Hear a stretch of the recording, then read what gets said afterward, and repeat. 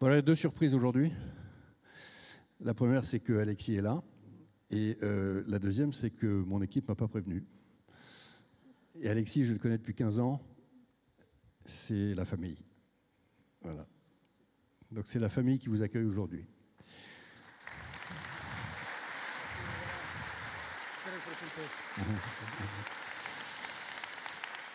Bon, alors, on est en 2025.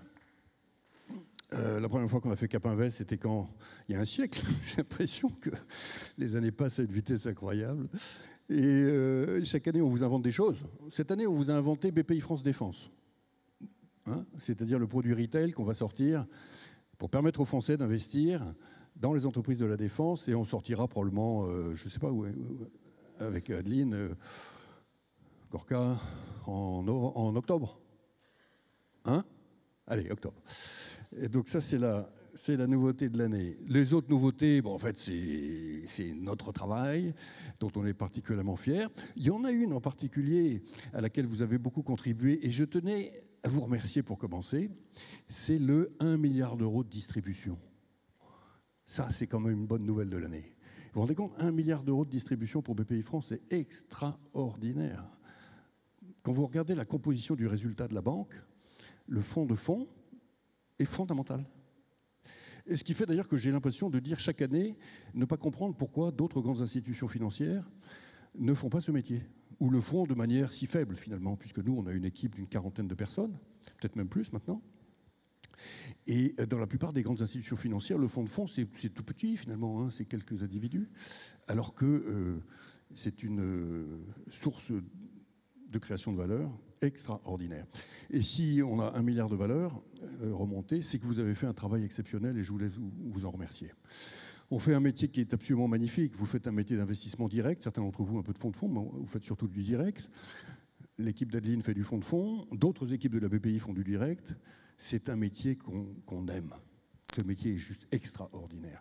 Pourquoi ? Parce qu'on est en contact avec cette partie de la France qui nous tire vers le haut et qui, je l'espère, dans les tourments qui s'annoncent inévitablement et dont on lit les grandes lignes dans la presse à peu près tous les matins, nous sauverons. Je me suis amusé à retrouver, figurez-vous, un numéro du Nouvel Observateur de 1989. Je garde comme ça les grands numéros. Et ça, c'est le numéro de la semaine de la réunification allemande, de la chute du mur. C'est le numéro du Nouvel Observateur du 22 novembre 1989.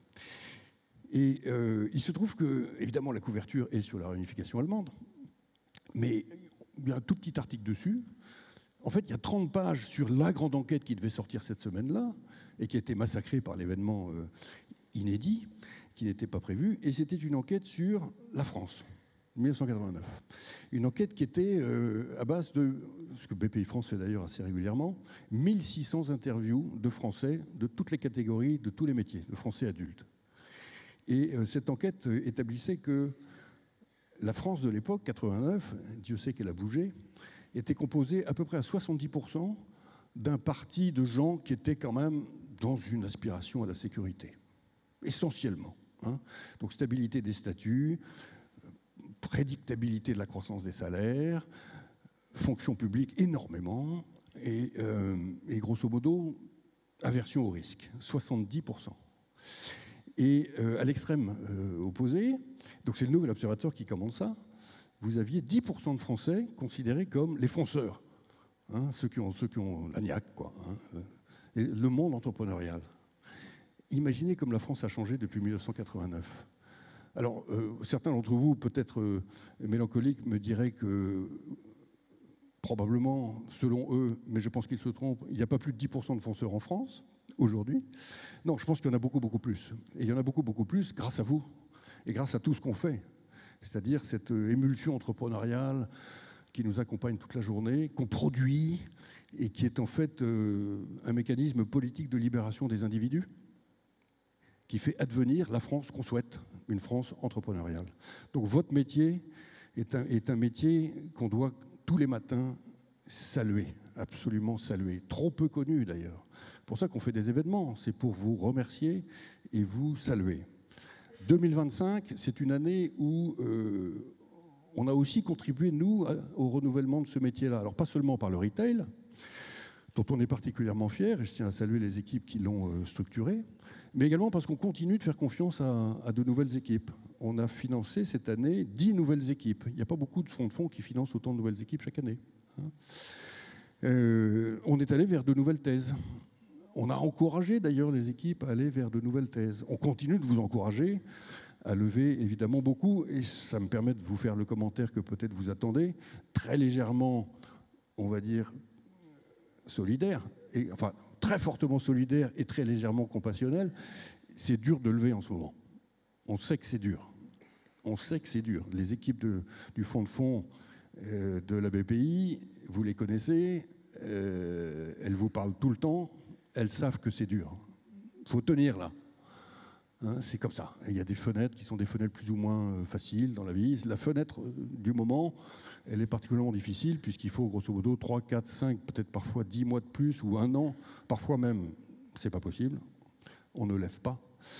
Donc c'est un moment parfois un peu angoissant pour les équipes. Et c'est un moment qui conduit d'ailleurs, on en parlait avec l'un d'entre vous, dans vos équipes, certains investisseurs à se tourner les pouces puisqu'ils ne peuvent pas investir. C'est pas facile de gérer une équipe où les investisseurs n'arrivent pas à investir. On en est très conscient à la BPI. Hein. On pense qu'on va sortir de ce moment-là. J'ai discuté ce matin avec quelqu'un qui sortait d'un rendez-vous avec le patron de Blackstone et il m'appelait pour me dire « Je voulais juste te dire, le gars là, il est super optimiste. » Ah bon, ben, et tu m'appelles pour ça? Oui, je t'appelle pour ça. Le patron de Blackstone est très optimiste. Bon, voilà, je vous livre cette information, après tout. Hein. Il y en a une autre qui est sortie dans la presse cette semaine, c'est sûr que c'était dans les Échos, où un certain nombre de, on va les appeler les quasi-oligarques du private equity mondial, nous expliquaient que l'heure était venue de l'investissement en Europe. Hein. L'Europe, les rendements, les valos, la qualité des investisseurs, les retours, la stabilité juridique, une forme quand même de stabilité politique par l'équilibre improbable des 27 États qui se neutralisent quand même les uns les autres, à peu près proprement. Et donc, les oligarques du private equity américain nous expliquent que le moment européen est venu. Quand même extraordinaire, quand on voit d'où on vient. Hein. Et c'était il n'y a pas très très longtemps. C'est pour dire que l'histoire est parfois pleine d'humour. Profitons-en. Je pense qu'on va vers des très belles années du private equity. Je pense qu'il y aura de plus en plus d'entrepreneurs de qualité. J'étais ce matin à l'Assistance publique de Paris. On fait le grand événement sur l'innovation à l'intérieur de la paix. Mais vous imaginez le potentiel de création de start-up deep tech à l'Assistance publique de Paris? La paix de Paris, c'est 20% des chercheurs en médecine de France. Vous savez combien de start-up ils créent par an? 3. Donc, le potentiel est immense. Et avec les équipes de Paul François ici présentes, notre plan Deep Tech, c'est typiquement ce qu'on fait toute la journée. Notre rôle, c'est d'aller créer la croissance potentielle. Je vais directement au terme macroéconomique, mais comment? En allant voir un par un les gens, en leur disant « tu peux être entrepreneur ». En allant voir donc les chercheurs, en allant voir les chirurgiens, je les ai vus ce matin, de l'Assistance publique de Paris, en leur disant « tu peux devenir patron d'une boîte de robotique médicale ». Voilà. Et je termine là-dessus. Nous sommes producteurs d'entrepreneurs, producteurs de liberté. Et même si je ne savais pas que c'était Alexis qui allait démarrer, je peux vous dire que où est-ce qu'il est passé, je ne sais pas. Mais il est de cette catégorie-là, lui. Pourquoi? Parce qu'il a attendu 45 ans pour devenir absolument entrepreneur de lui-même. Car jusqu'avant, il était le premier violon d'un orchestre. Il était salarié. Il a 45 ans, alors qu'il a pas mal d'enfants, je dois dire, plutôt jeune, eh bien, il a décidé que c'était terminé. Et il est devenu lui-même. Vous avez entendu ce que ça donne? Voilà, je vous le souhaite à tous. Merci.